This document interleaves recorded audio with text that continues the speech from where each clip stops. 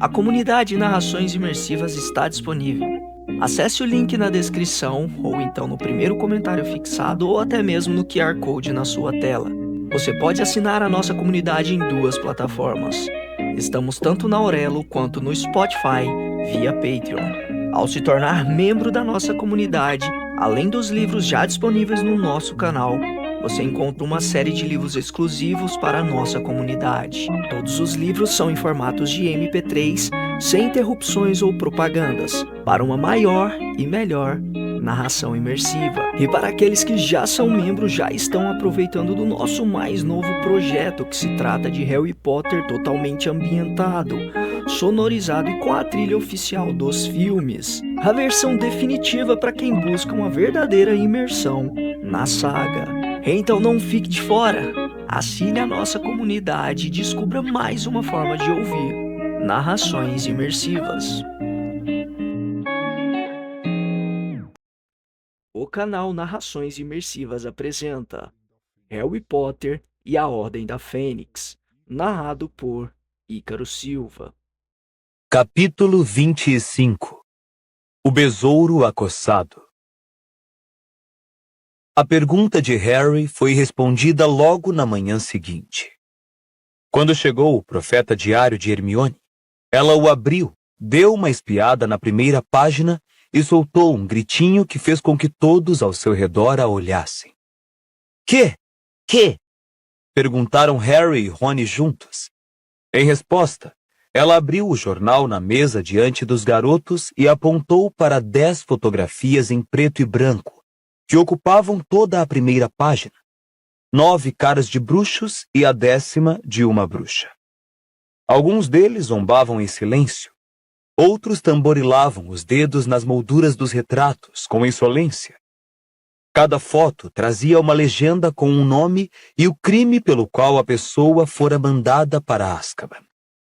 Antônio Dolohov informava a legenda sobre o bruxo com o rosto pálido e torto, que sorria troçando para Harry, condenado pelo brutal homicídio de Gideão e Fábio Privet.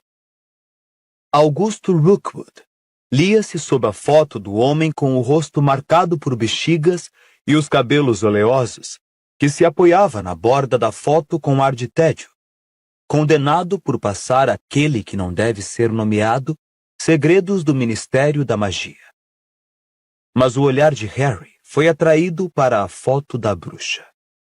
Seu rosto se destacara no momento em que ele vira a página. Tinha longos cabelos escuros que pareciam mal cuidados e desgrenhados, embora ele os tivesse visto sedosos, espessos e brilhantes. Ela o encarou sob as pesadas pálpebras, um sorriso arrogante e desdenhoso brincando em seus lábios. Como Sirius, ela conservava feições atraentes, mas alguma coisa, talvez Azkaban, levara a maior parte da sua beleza. Bellatrix Lestrange, condenada pela tortura e incapacitação permanente de Franco e Alice Longbottom. Hermione cutucou Harry e apontou para a manchete no alto das fotos, que ele, concentrado em Bellatrix, ainda não lera. Fuga em massa de Azkaban. Ministério teme que Black seja o ponto de reunião para antigos comensais da morte. Black? Exclamou Harry em voz alta. Não! Fiu! Sussurrou Hermione, desesperada. Não fale tão alto, só leia. O Ministério da Magia anunciou a noite passada que houve uma fuga em massa em Azkaban. Em entrevista aos repórteres em seu gabinete, Cornélio Fudge, ministro da Magia, confirmou que 10 prisioneiros de segurança máxima escaparam no início da noite de ontem e que ele já informou ao primeiro-ministro dos trouxas a natureza perigosa dos fugitivos. Nós nos encontramos, infelizmente, na mesma posição de 2 anos e meio atrás, quando o assassino Sirius Black fugiu, comentou Fudge, e achamos que as duas fugas estão relacionadas. Uma fuga nessa escala aponta para a ajuda externa, e devemos nos lembrar que Black, a primeira pessoa a escapar de Azkaban, estaria em posição ideal para ajudar outros a seguirem seus passos. Cremos que muito provavelmente esses indivíduos, entre os quais se inclui a prima de Black, Bellatrix Lestrange, se agruparam em torno de Black como seu líder. Estamos, no entanto, envidando todos os esforços para capturar os criminosos e pedimos à comunidade bruxa que se mantenha alerta e cautelosa. Em nenhuma circunstância devem se aproximar desses indivíduos. Está tudo aí, Harry. Disse Rony, assombrado. É por isso que ele estava tão feliz ontem à noite. Não acredito! Vociferou Harry. Fudge está culpando Sirius pela fuga? Que outra opção ele tem? Disse Hermione, amargurada. Não vai poder dizer. Desculpe, pessoal, Dumbledore me avisou que isto poderia acontecer. Os guardas de Azkaban se uniram a Voldemort. Pare de choramingar, Rony. E agora seus piores seguidores também fugiram. Quero dizer, ele passou uns 6 meses anunciando para todo mundo que você e Dumbledore eram mentirosos, não? Hermione abriu com violência o jornal e começou a ler a notícia nas páginas internas, enquanto Harry corria os olhos pelo salão principal. Não conseguia entender por que seus colegas não estavam apavorados, nem sequer discutiam a terrível notícia na primeira página, mas poucos tinham a assinatura diária do jornal como Hermione. Estavam todos conversando sobre deveres e o quadribol, e quem sabe que outras tolices, quando fora dos muros da escola, mais 10 comensais da morte haviam engrossado as fileiras de Voldemort. Ele ergueu os olhos para a mesa dos professores. Ali a situação era diferente. Dumbledore e a professora McGonagall conversavam absortos, ambos parecendo extremamente sérios. A professora Sprout apoiara o profeta diário em um vidro de ketchup e lia a primeira página com tal concentração que nem reparava nos pingos de gema de ovo que caíam em seu colo da colher que segurava no ar. Entre mentes, na extremidade da mesa, a professora Umbridge comia com entusiasmo sua tigela de mingau de aveia. Uma vez na vida, seus empapuçados olhos de sapo não estavam varrendo o salão principal, à procura de alunos mal comportados. Engolia o mingau com um ar aborrecido, e de vez em quando, lançava um olhar malévolo para o lado da mesa em que Dumbledore e McGonagall conversavam tão concentrados. Nossa! Exclamou Hermione com ar de dúvida, continuando a ler o jornal. Que foi agora? Perguntou Harry depressa. Estava assustado. É horrível! Disse abalada. Ela dobrou a página 10 do jornal e passou-o a Harry e Rony. Morte trágica de funcionário do Ministério da Magia. O Hospital St. Mungus prometeu um inquérito rigoroso sobre a morte do funcionário do Ministério da Magia, Broderico Bode, 49 anos, encontrado em sua cama, estrangulado por uma planta invasada. Os curandeiros chamados não conseguiram reanimar o Sr. Bode, que fora ferido em um acidente de trabalho algumas semanas antes. A curandeira Miriam Strout, que se encontrava de serviço na enfermaria do Sr. Bode na hora do incidente, foi suspensa de suas funções, sem perda de remuneração, e não foi encontrada ontem para comentar a notícia. Mas um porta-voz do hospital declarou: o Hospital St. Mungus lamenta profundamente a morte do Sr. Bode, que estava em plena recuperação antes deste trágico acidente. Temos diretrizes rigorosas para as decorações permitidas em nossas enfermarias, mas aparentemente a curandeira Strout, muito atarefada durante o período natalino, não percebeu o perigo da planta à cabeceira do Sr. Bode.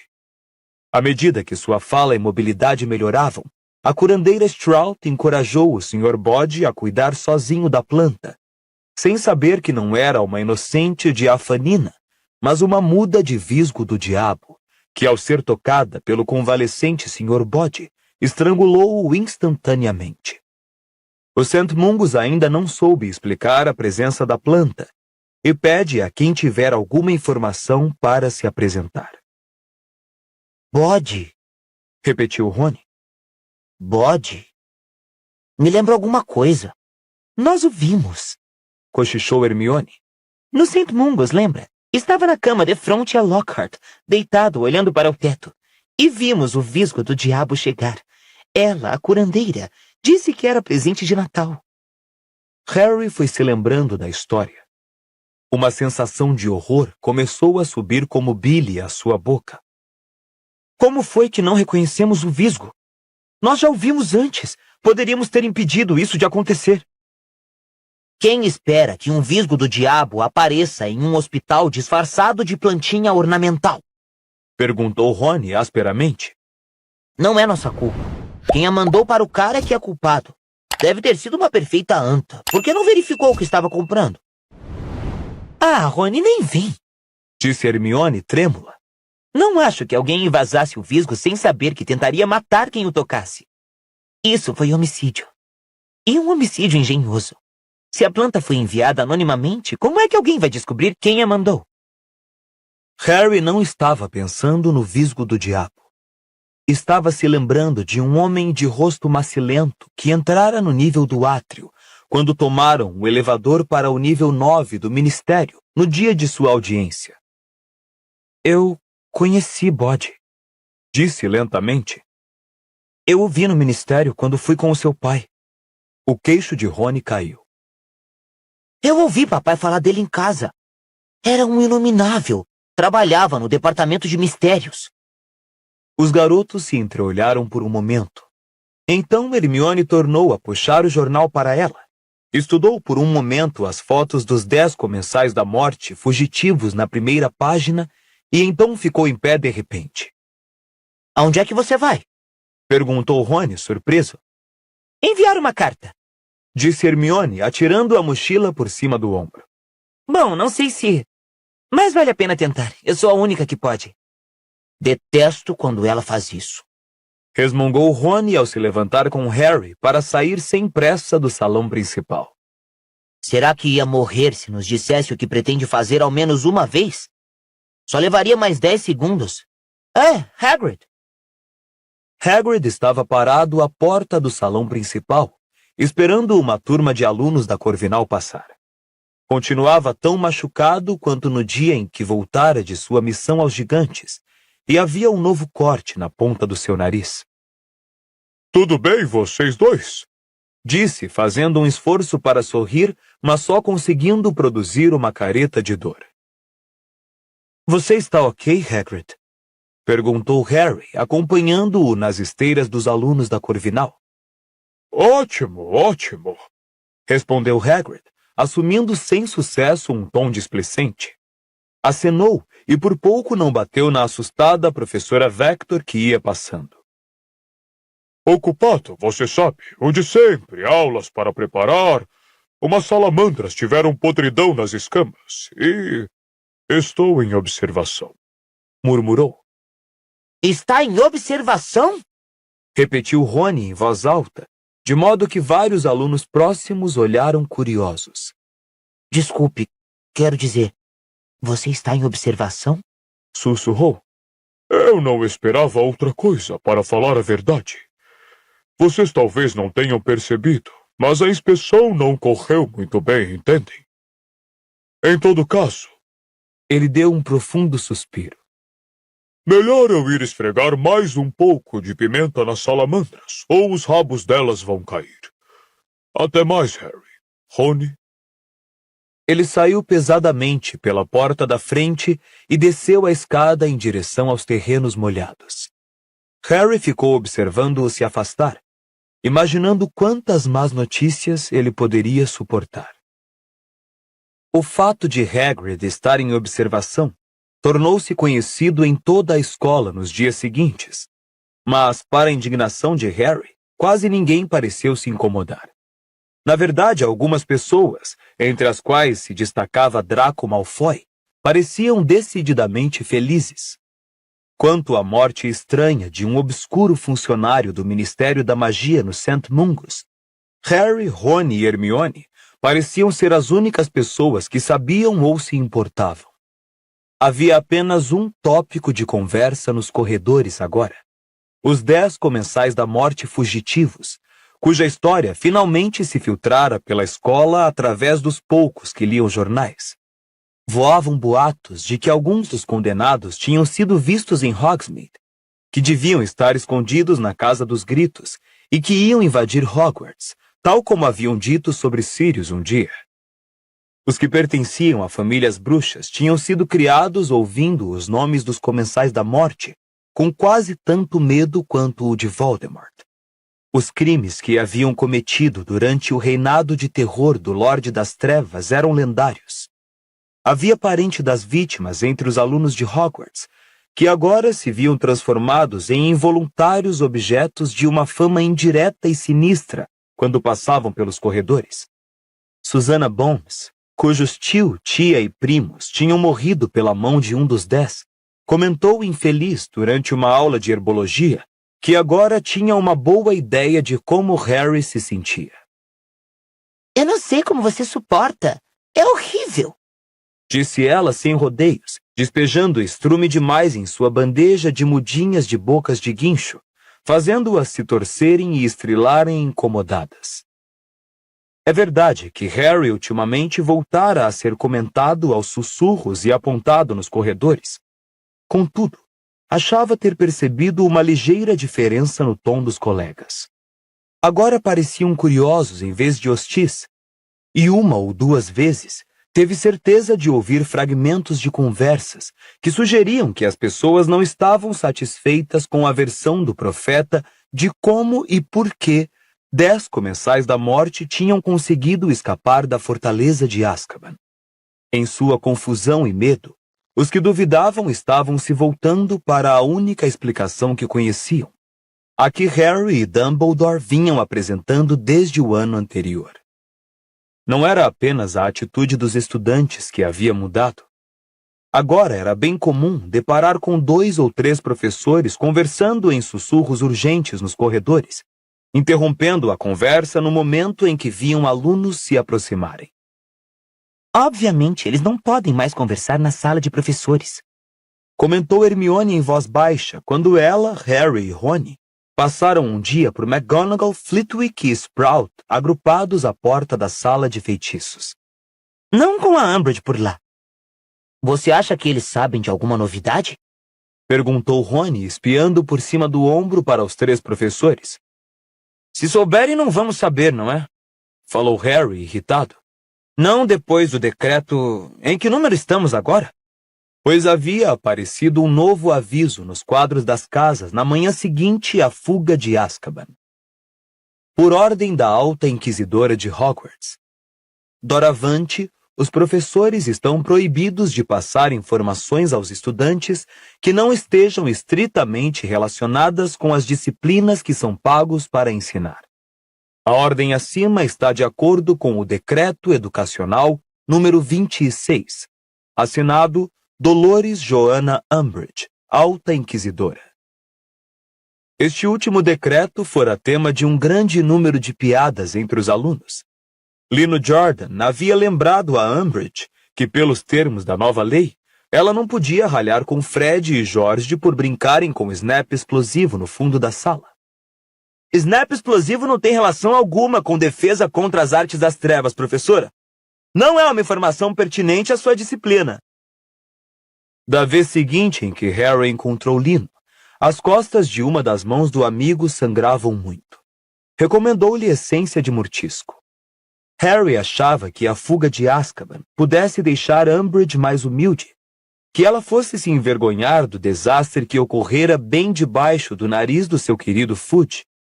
Parecia, porém, que a fuga apenas intensificara o seu desejo furioso de submeter cada aspecto da vida de Hogwarts ao seu controle pessoal. Parecia decidida a obter pelo menos uma demissão sem muita demora. A única dúvida era quem iria primeiro, se a professora Trelawney ou Hagrid. Cada aula de adivinhação e trato das criaturas mágicas era dada em presença de Umbridge e sua prancheta. Ela rondava a lareira na sala da torre intensamente perfumada, interrompendo as aulas cada vez mais histéricas da professora Trelawney com perguntas difíceis sobre ornitomancia e heptomologia, insistindo que ela previsse as respostas dos alunos antes de recebê-las e exigindo que ela demonstrasse sua perícia com a bola de cristal, as folhas de chá e as runas, uma a uma.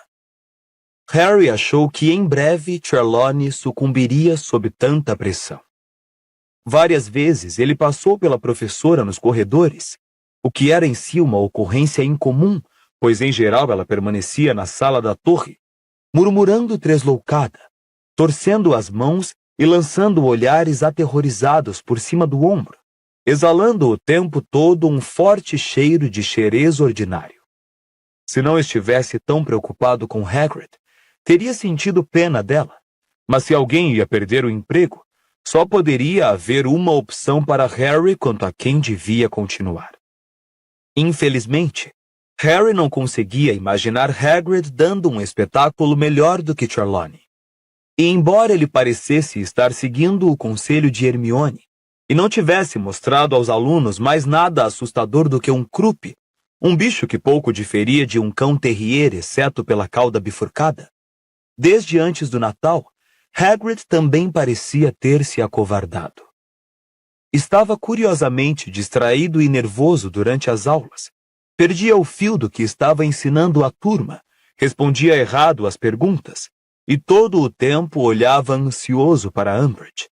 Estava também mais distante de Harry, Rony e Hermione do que jamais estivera, e os proibira expressamente de visitá-lo depois do escurecer. Se ela pegar vocês, os nossos pescoços serão cortados, disse sem rodeios. E como os garotos não quisessem fazer nada que pudesse pôr em risco o emprego do amigo, os três se abstiveram de ir até a sua cabana à noite. Parecia a Harry que Umbridge estava constantemente privando-o de tudo que fazia sua vida em Hogwarts valer a pena.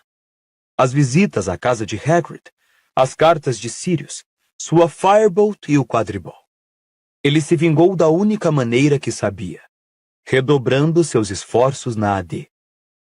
Harry ficou satisfeito de constatar que todos, até mesmo Zacarias, tinham se sentido incentivados a trabalhar com mais vigor do que nunca, ao saberem que mais 10 comensais da morte estavam agora soltos. Mas em ninguém essa melhoria foi mais pronunciada do que em Neville. A notícia da fuga dos atacantes dos seus pais produzira nele uma alteração estranha e até ligeiramente assustadora. Nunca mencionara o seu encontro com Harry, Ron e Hermione na enfermaria fechada do St. Mungus, e seguindo sua deixa, os garotos tinham se calado também. Tampouco comentara a fuga de Bellatrix e dos colegas torturadores. De fato, Neville quase não falava mais durante as reuniões da AD. Trabalhava sem descanso em cada nova azaração e contra-azaração que Harry ensinava. Seu rosto gorducho, contorcido de concentração, aparentemente insensível aos ferimentos ou acidentes, se esforçando mais do que qualquer outro na sala. Estava melhorando tão depressa que chegava a assustar, e quando Harry lhes ensinou o feitiço escudo, um meio de desviar pequenos feitiços e fazê-los ricochetear contra o atacante, somente Hermione dominou o feitiço mais depressa do que Neville. Harry teria dado o céu para fazer tanto progresso em oclumência quanto Neville nas reuniões da AD. As sessões de Harry com Snape, que tinham começado bastante mal, não melhoraram. Pelo contrário, Harry sentia que estava piorando a cada aula. Antes de começar a estudar oclumência, sua cicatriz formigava ocasionalmente durante a noite, ou então em seguida a um dos estranhos vislumbres dos pensamentos ou emoções de Voldemort que captava de vez em quando. Agora, no entanto, sua cicatriz quase nunca parava de formigar, e muitas vezes ele sentia súbitos assomos de irritação ou alegria, alheios ao que estava lhe acontecendo no momento, que eram sempre acompanhados por uma ferroada particularmente dolorosa na cicatriz. Ele tinha a terrível impressão de que estava se transformando aos poucos em uma espécie de antena alinhada com as mínimas flutuações do humor de Voldemort, e tinha certeza de poder remontar esse aumento de sensibilidade à primeira aula com Snape. Além do mais, agora estava sonhando quase toda a noite que caminhava pelo corredor em direção à entrada do departamento de mistérios. Sonhos esses que sempre culminavam com ele parado cobiçoso diante da porta preta sem enfeites.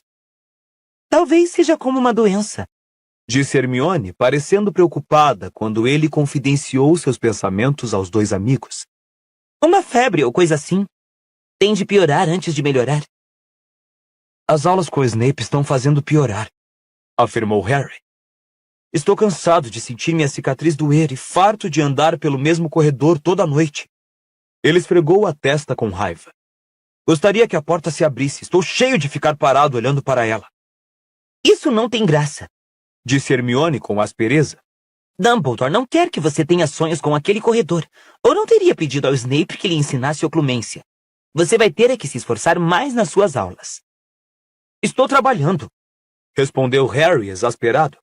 Experimente você uma vez. Snape tentando entrar na sua cabeça. Não dá para gargalhar, sabe? Talvez. Começou Rony lentamente. Talvez o quê? Perguntou Hermione, cortando-o. Talvez não seja culpa de Harry que ele não consiga fechar a mente. Arriscou Rony sombriamente. Que é que você está querendo dizer? Perguntou Hermione. Bom, talvez Snape não esteja realmente querendo ajudar Harry. Harry e Hermione o encararam. Rony olhou um e outro com uma expressão misteriosa e assustadora. Talvez, repetiu, baixando mais a voz, ele esteja, na verdade, tentando abrir mais a mente de Harry. Facilitar a entrada de você sabe... Cala a boca, Rony! Disse Hermione zangada. Quantas vezes você suspeitou de Snape e quando foi que teve razão? Dumbledore confia nele. Ele trabalha para a Ordem. Isso deveria ser suficiente. Ele costumava ser um comensal da morte. Teimou Rony. E nunca vimos prova de que tenha realmente trocado de lado. Dumbledore confia nele. Repetiu Hermione. E se não pudermos confiar em Dumbledore, então não poderemos confiar em mais ninguém.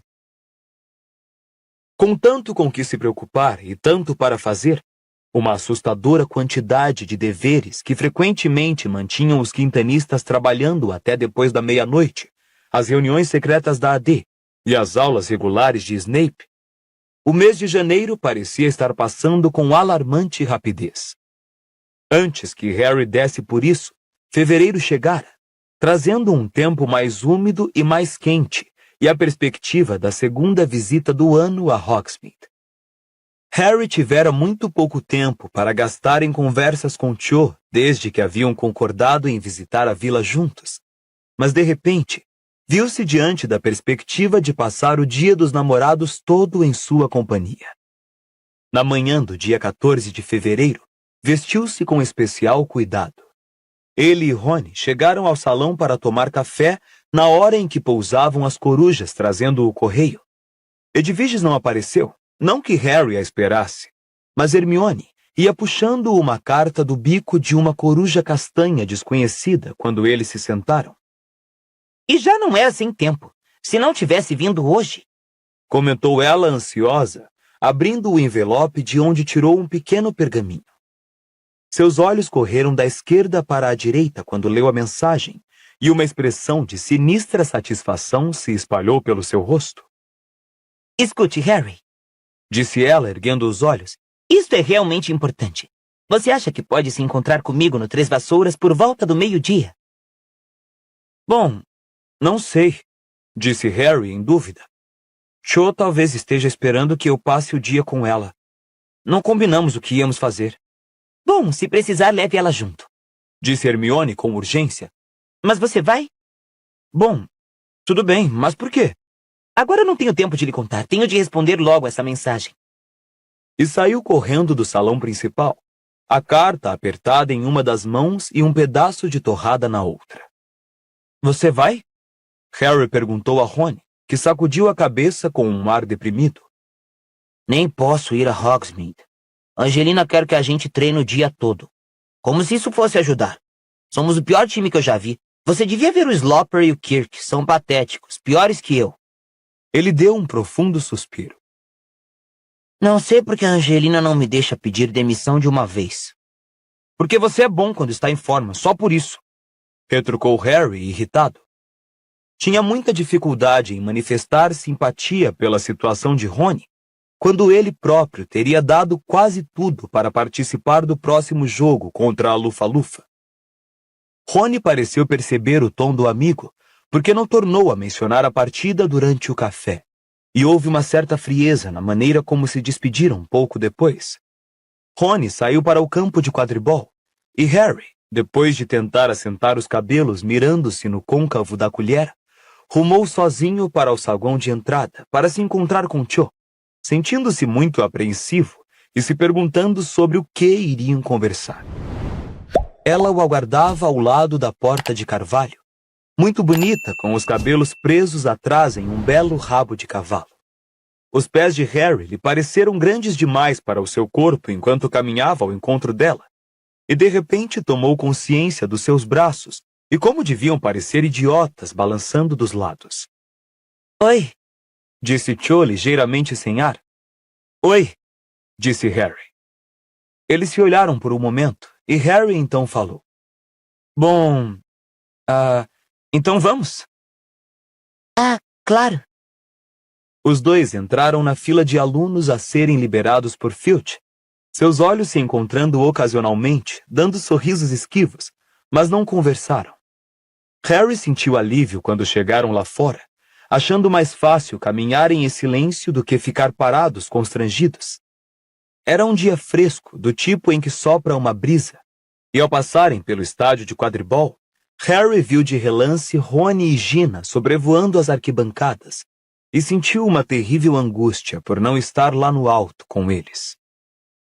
Você realmente sente falta, não é? Perguntou Cho.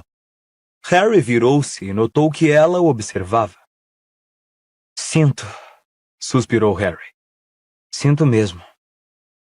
Lembra da primeira vez que jogamos como adversários no terceiro ano?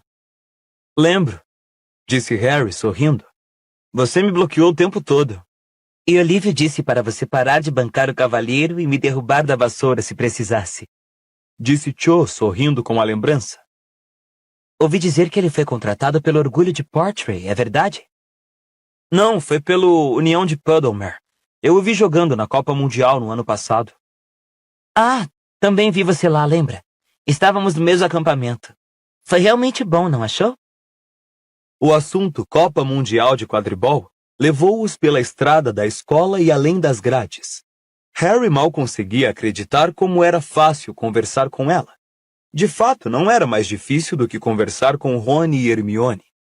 E estava começando a se sentir confiante e feliz quando uma enorme turma de garotas da Sonserina passou por eles, inclusive Pansy Parkinson. Potter e Chang. Guinchou Pansy, que puxou um coro de risinhos de deboche. Eca, Chang, que mau gosto. Pelo menos o Diggory era bonito. As garotas aceleraram o passo, falando e dando gritinhos críticos, lançando olhares exagerados para Harry e Cho atrás, e deixando ao passar um silêncio constrangido. Harry não conseguia pensar em mais nada para dizer sobre quadribol, e Cho, levemente corada, olhava para os pés. Então, aonde é que você quer ir? Perguntou Harry quando entraram em Hogsmeade. A rua principal estava cheia de estudantes que caminhavam olhando vitrines e tumultuando as calçadas. Não faz diferença. Disse Cho encolhendo os ombros. Vamos dar uma olhada nas vitrines ou outra coisa qualquer? Eles foram andando em direção a derviches e banques. Um grande cartaz fora afixado à vitrine e alguns moradores de Hogsmeade o liam. Eles se afastaram para um lado quando Harry e Cho se aproximaram e o garoto se viu, mais uma vez, diante das fotos dos 10 comensais da morte fugitivos. O cartaz, por ordem do Ministério da Magia, oferecia uma recompensa de 1000 galeões a qualquer bruxo ou bruxa com informações que possibilitassem a recaptura dos condenados retratados. É engraçado, não é? Comentou Cho em voz baixa, olhando as fotos dos comensais da morte. Lembra quando Sirius Black fugiu e havia dementadores por toda Hogsmeade à procura dele? E agora 10 comensais da morte estão soltos e não há dementadores em lugar nenhum. Concordou Harry, desviando os olhos do rosto de Bellatrix Lestrange para os 2 lados da rua principal. É bem esquisito. Ele não lamentava que não houvesse dementadores por ali, mas agora, pensando bem, a ausência deles era extremamente significativa. Não somente haviam deixado os comensais da morte escapar, como nem estavam se dando o trabalho de procurá-los. Parecia que agora haviam realmente escapado ao controle do ministério. Os 10 fugitivos estavam em todas as vitrines pelas quais eles passaram. Na altura da loja de penas Escriba, começou a chover. Pingos grossos e frios batiam no rosto e na nuca de Harry. Quer tomar um café? Perguntou Cho hesitante, quando a chuva começou a cair com mais intensidade. Vamos, disse Harry, olhando ao redor. Onde? Tem um lugar realmente gostoso ali adiante. Você nunca esteve no Madame Purifoot? Perguntou ela animada, conduzindo-o por uma rua lateral a uma pequena casa de chá, em que Harry nunca reparara antes. Era um lugarzinho apertado e cheio de vapor, onde tudo parecia ter sido decorado com laços e babadinhos. Lembrou a Harry desagradavelmente a sala da Umbridge. Bonitinho, não é? Perguntou Cho alegre. É. Respondeu Harry sem sinceridade. Olhe, ela preparou uma decoração para o Dia dos Namorados. Disse Cho apontando para os querubins dourados que pairavam sobre as mesinhas circulares e que a intervalos deixavam cair confetes sobre os fregueses. Os dois se sentaram à última mesa que restava, ao lado da janela embaçada. Rogério Davis, capitão do time da Corvinal, estava sentado a menos de meio metro, com uma lourinha bonita, de mãos dadas. A cena fez Harry se sentir pouco à vontade. Particularmente quando, ao correr os olhos pela loja, viu que só havia casais, todos de mãos dadas. Talvez Cho esperasse que ele segurasse a mão dela. Que posso servir a vocês, queridos? Perguntou Madame Purifoot, uma mulher muito corpulenta, com um coque negro e brilhante, espremendo-se entre a mesa deles e a de Rogério com grande dificuldade. 2 cafés, por favor. Pediu Cho. No intervalo que levou para os cafés chegarem, Rogério Davis e a namorada começaram a se beijar por cima do açucareiro. Harry gostaria que não o tivessem feito. Sentia que Davis estava estabelecendo um padrão com o qual Cho logo iria querer que ele competisse. Sentiu seu rosto começar a esquentar e tentou olhar pela janela, mas estava tão embaçada que não dava para ver a rua lá fora. Para adiar o momento em que teria de olhar para Cho, Harry ergueu os olhos como se estivesse examinando a pintura e recebeu um punhado de confete no rosto, lançado pelos querubins. Passados mais alguns minutos penosos, Cho mencionou Umbridge. Harry aproveitou a oportunidade com alívio e passaram alguns momentos divertidos xingando-a. Mas como o assunto já fora examinado tão plenamente durante as reuniões da AD, não durou muito tempo. O silêncio tornou a cair. Harry estava muito consciente dos barulhos de mastigar e engolir da mesa ao lado e procurou desesperadamente mais alguma coisa para falar. Escute aqui. Você quer ir comigo ao Três Vassouras na hora do almoço? Preciso me encontrar com Hermione Granger lá. Cho ergueu as sobrancelhas. Você precisa se encontrar com Hermione Granger? Hoje? Bom, ela me pediu, então achei que tudo bem. Você quer ir comigo? Ela disse que tudo bem se você fosse. Bom. Que simpática. Mas Cho não parecia ter achado nada simpático. Pelo contrário, seu tom foi frio, e de repente ela assumiu um ar hostil. Mais alguns minutos se passaram em total silêncio. Harry tomando seu café tão depressa que logo precisaria de outro. Ao lado, Rogério e a namorada pareciam estar colados pelos lábios. A mão de Cho estava em cima da mesa, ao lado do seu café, e Harry começou a sentir um impulso crescente de segurá-la. Então segure-a, disse a si mesmo, enquanto uma fonte de pânico e excitação jorrava em seu peito. Estique a mão e segure-a. Surpreendente como era muito mais difícil esticar o braço 30 centímetros e tocar a mão dela do que capturar um pomo passando veloz no ar. Mas na hora em que estendeu a mão, Cho retirou a dela da mesa. Estava agora observando Rogério beijar a namorada com uma expressão levemente interessada. Ele me convidou para sair, sabe? Disse em voz baixa. Há umas 2 semanas, o Rogério. Mas eu não aceitei.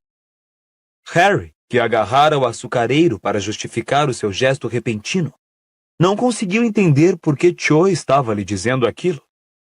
Se queria estar sentada na mesa ao lado, sendo calorosamente beijada por Rogério Davis, então por que concordara em vir com ele? Continuou calado. O querubim sobre a mesa atirou mais um punhado de confetes neles. Alguns caíram no restinho frio de café na xícara que Harry ia beber. Vim aqui com o Cedrico no ano passado, disse Cho. No segundo, ou pouco mais, que Harry levou para entender o que Cho dissera, suas entranhas congelaram. Não conseguia acreditar que quisesse falar de Cedrico neste momento, com casais se beijando ao seu redor e querubins sobrevoando suas cabeças. A voz de Cho estava bem mais alta quando tornou a falar. Há um tempão estou querendo perguntar a você. O Cedrico, ele falou em mim antes de morrer? Este era o último assunto no mundo que Harry queria discutir, e menos ainda com Cho. Bom, não, disse calmamente. Não houve tempo para ele dizer nada. Então, você assiste a muitas partidas de quadribol durante as férias? Você torce pelos Tornados, certo?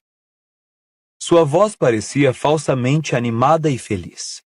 Para seu horror, os olhos dela estavam mais uma vez marejados de lágrimas, como depois da última reunião da AD antes do Natal. Olhe, disse ele desesperado, curvando-se para ninguém mais ouvir. Não vamos falar de Cedrico agora. Vamos falar de outra coisa. Mas aparentemente dissera a coisa errada. Pensei, disse Cho com as lágrimas salpicando a mesa. Pensei que você entenderia. Preciso falar nisso. Com certeza você também precisa falar. Quero dizer, você viu acontecer, não viu? Tudo estava saindo errado como em um pesadelo. A namorada de Rogério até descolara dele para apreciar. Bom, eu falei nisso, disse Harry num sussurro. Com Rony e Hermione, mas... Ah, você fala com Hermione Granger, disse Cho com voz aguda, o rosto agora brilhante de lágrimas. Outros tantos casais que se beijavam pararam para olhar. Mas não quer falar comigo. Talvez fosse melhor se a gente simplesmente pagasse a conta e você fosse se encontrar com Hermione Granger, como é óbvio que quer fazer. Harry encarou-a absolutamente perplexo, enquanto ela apanhava o guardanapo de babadinhos e secava o rosto. Cho, disse ele com a voz fraquinha, desejando que Rogério agarrasse a namorada e recomeçasse a beijá-la, para impedi-la de ficar encarando os dois. Vá embora, então, disse ela, agora chorando no guardanapo. Não sei por que você me convidou para sair para começar, se combinou se encontrar com outras garotas depois de mim. Quantas mais você vai encontrar depois da Hermione? Não é nada disso, disse Harry, e estava tão aliviado de finalmente compreender o motivo do aborrecimento de Cho, que riu, o que percebeu, uma fração de segundo depois, tarde demais, que também fora um erro. Cho se levantou. A sala estava silenciosa e todos os observavam. A gente se vê por aí, Harry, disse ela teatralmente, e soluçando um pouco, precipitou-se para a porta, abriu-a com violência e saiu para a chuva intensa. Cho! Harry chamou, mas a porta já se fechara com um tilintar musical. Fez-se absoluto silêncio na casa de chá. Todos os olhares convergiram para Harry. Ele atirou um galeão na mesa, sacudiu o confete dos cabelos e saiu atrás de Cho. Chovia pesado e ela não estava à vista. Harry simplesmente não entendia o que acontecera. Há meia hora eles estavam se entendendo bem. Mulheres, resmungou com raiva, chapinhando pela rua lavada de chuva com as mãos nos bolsos. Afinal, para que ela queria falar do Cedrico? Por que está sempre querendo puxar um assunto que a faz agir como se fosse uma mangueira humana? Ele virou à direita e saiu correndo, espadanando água, e alguns minutos depois chegava à porta do Três Vassouras. Sabia que era cedo demais para se encontrar com Hermione, mas achou que provavelmente haveria alguém lá com quem ele pudesse passar o tempo. Sacudiu os cabelos molhados para afastá-los e relanceou o olhar pela sala. Hagrid estava sentado sozinho em um canto, parecendo infeliz. "Oi, Hagrid!" chamou Harry, espremendo-se entre as mesas cheias e puxando uma cadeira para sentar ao lado do amigo. Hagrid deu um pulo e olhou para baixo como se mal o reconhecesse. O garoto notou que havia 2 novos cortes e vários hematomas em seu rosto. Ah, é você, Harry. Você está bom? "Estou ótimo", mentiu Harry, mas ao lado do maltratado e tristonho Hagrid, sentiu que não tinha muito do que se queixar. Você está ok?" Eu? Ah, estou ótimo, Harry. Ótimo. Ele olhou para o fundo do caneco de estanho, do tamanho de um balde, e suspirou. Harry não sabia o que fazer. Ficaram lado a lado em silêncio por um momento. Então Hagrid disse abruptamente: No mesmo barco, você e eu. Não estamos, Harry. Já disse isso antes. Os 2 forasteiros, por assim dizer. Comentou Hagrid, acenando a cabeça sensatamente. E os 2 órfãos.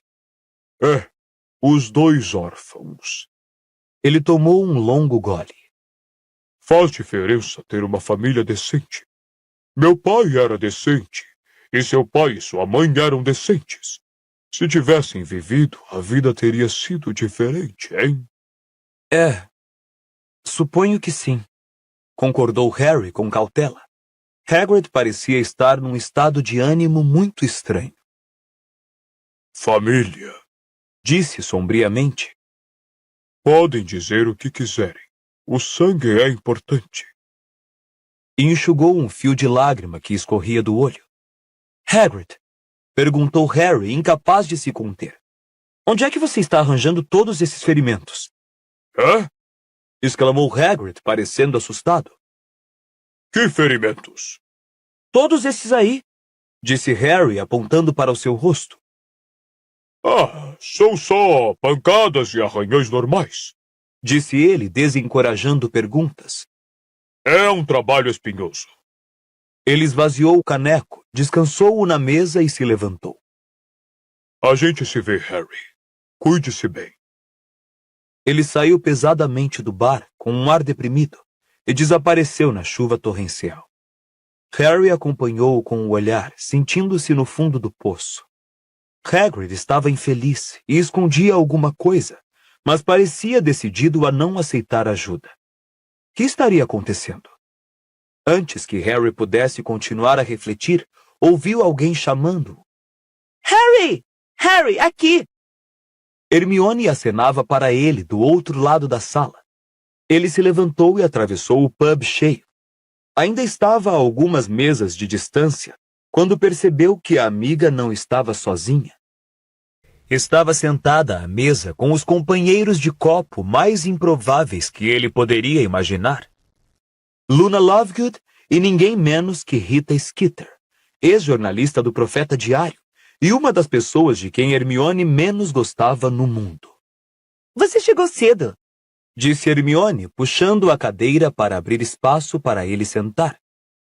Pensei que estivesse com a Cho. Só esperava você daqui a 1 hora. Cho! Exclamou Rita na mesma hora, se virando na cadeira para encarar Harry com avidez. Uma garota!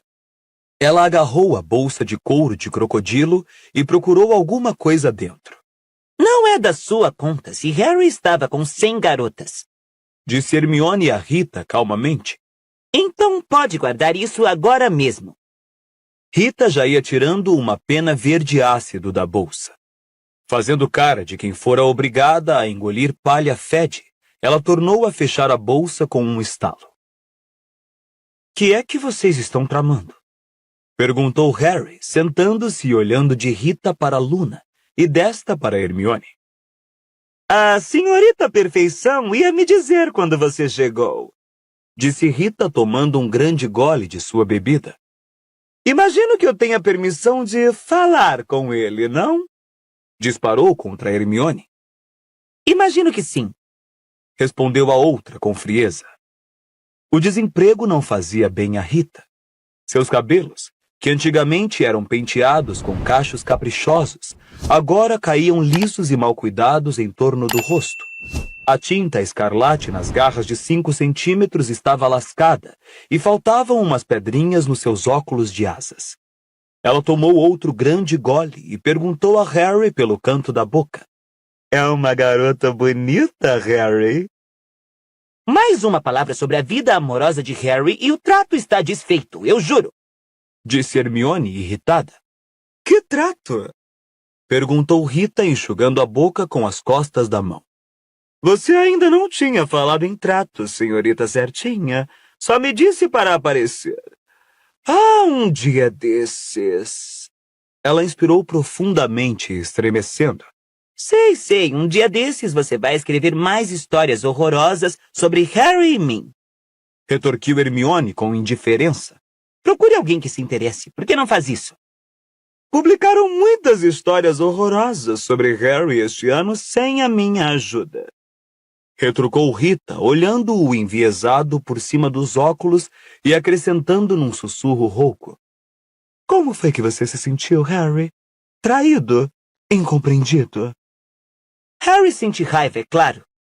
Respondeu Hermione com a voz dura e clara. Porque ele disse a verdade ao ministro da magia e o ministro é idiota demais para acreditar.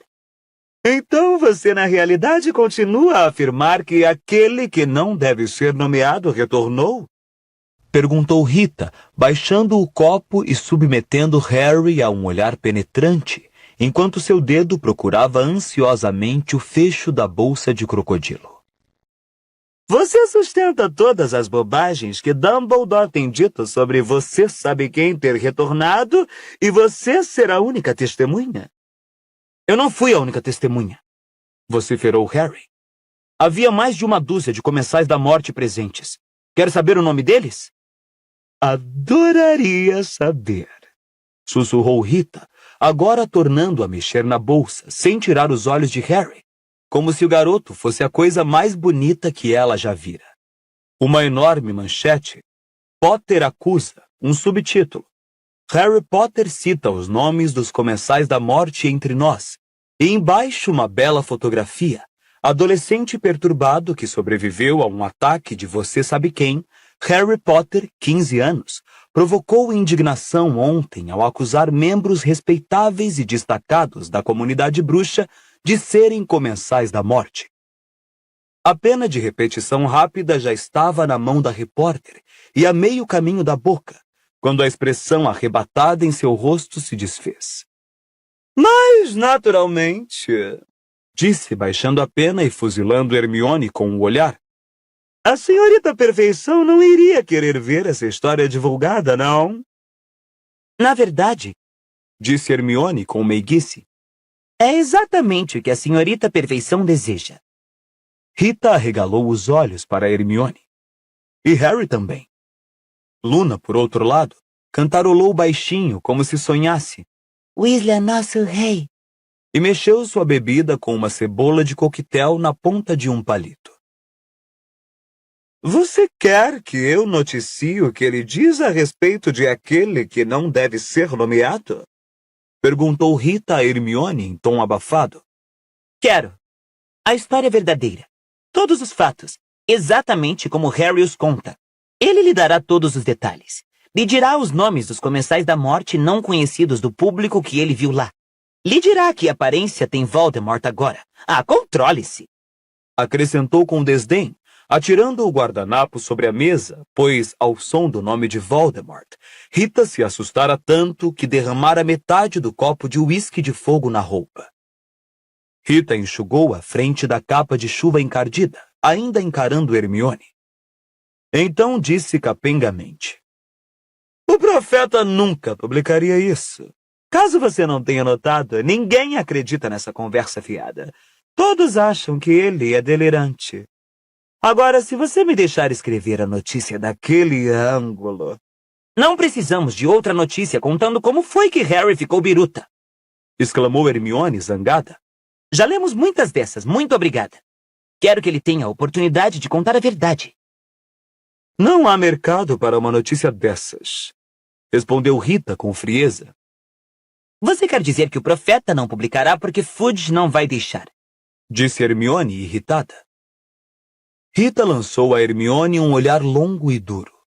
Então, curvando-se sobre a mesa, se dirigiu à garota em tom objetivo. Muito bem, Fudge está ameaçando o profeta, o que dá no mesmo. O jornal não vai publicar uma reportagem favorável a Harry. Ninguém quer lê-la. É contra o sentimento público. Essa última fuga de Azkaban já deixou as pessoas bem preocupadas. Ninguém quer acreditar que você sabe quem retornou. Então o profeta diário existe para dizer às pessoas o que elas querem ouvir, é isso? Perguntou Hermione criticamente. Rita tornou a se endireitar, as sobrancelhas erguidas, e virou seu copo de uísque de fogo. O profeta existe para vender exemplares, sua tolinha, disse com frieza. Meu pai acha que é um péssimo jornal, comentou Luna, entrando inesperadamente na conversa. Chupando a cebolinha do seu coquetel, ela fixou em Rita seus olhos enormes, protuberantes, ligeiramente alucinados. Meu pai divulga notícias importantes que acha que o público quer ler. Não está interessado em ganhar dinheiro. Rita olhou depreciativamente para Luna.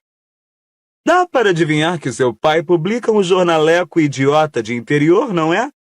Provavelmente 25 maneiras de se misturar com os trouxas e as datas dos próximos bazares. Não, respondeu Luna, tornando a mergulhar a cebolinha na água de Gile. ele é o editor do Pasquim. Rita soltou um bufo tão alto que as pessoas nas mesas próximas olharam assustadas. Notícias importantes que ele acha que o público deve saber, hein? Fulminou. Eu poderia estrumar o meu jardim com o conteúdo daquele trapo. Bom, então esta é a sua chance de melhorar o conteúdo da revista, não? Sugeriu Hermione com gentileza. Luna diz que o pai dela ficaria muito contente em fazer uma entrevista com Harry. Ele é quem irá publicá-la. Rita encarou as garotas por um momento. Então soltou gargalhadas. O Pasquim! Exclamou com um cacarejo. Vocês acham que as pessoas vão levar Harry a sério se ele aparecer no Pasquim? Algumas pessoas não, disse Hermione com a voz controlada. Mas a versão que o profeta publicou da fuga de Azkaban tinha furos enormes. Acho que muita gente deverá estar se perguntando se não há uma explicação melhor para o que aconteceu. E se há uma história alternativa, mesmo que seja publicada por um... Olhou para a Luna de esguelha. Em um... Bom, uma revista incomum, acho que essa gente poderia gostar de lê-la. Rita ficou em silêncio por algum tempo, mas mirou Hermione astutamente, a cabeça um pouco inclinada para um lado. Tudo bem. Vamos dizer por um momento que eu aceite. Disse subitamente. Que tipo de remuneração vou receber? Acho que papai não chega exatamente a pagar as pessoas para escreverem para a revista. Disse Luna sonhadora. Escrevem porque é uma honra. E naturalmente para ver o nome delas em letra de imprensa. A cara de Rita Skeeter ao se virar para Hermione era de quem achou outra vez forte o gosto do palha-fede na boca. É para eu fazer isso de graça? Bom, disse Hermione calmamente, tomando um golinho da bebida. Do contrário, como você já sabe, informarei as autoridades que você nunca se registrou como animago. Naturalmente, o profeta diário talvez lhe pague um bom cachê por uma reportagem em primeira mão da vida em Azkaban. Pela reação, pareceu que nada daria mais prazer a Rita do que agarrar a sombrinha de papel que saía da bebida de Hermione e enfiá-la pelo nariz da garota adentro. Suponho que não tenha outra opção, não é? Disse com a voz ligeiramente trêmula. Abriu então a bolsa de crocodilo mais uma vez, apanhou um pergaminho e ergueu a pena de repetição rápida. Papai vai ficar satisfeito. Disse Luna animada. Um músculo tremeu no queixo de Rita. Ok, Harry. Perguntou Hermione, virando-se para o garoto. Pronto para contar a verdade ao público? Suponho que sim. Disse Harry, observando Rita pôr em posição a pena de repetição rápida sobre o pergaminho que os separava. Então, pode começar, Rita. Disse Hermione serenamente, pescando uma cereja do fundo do copo.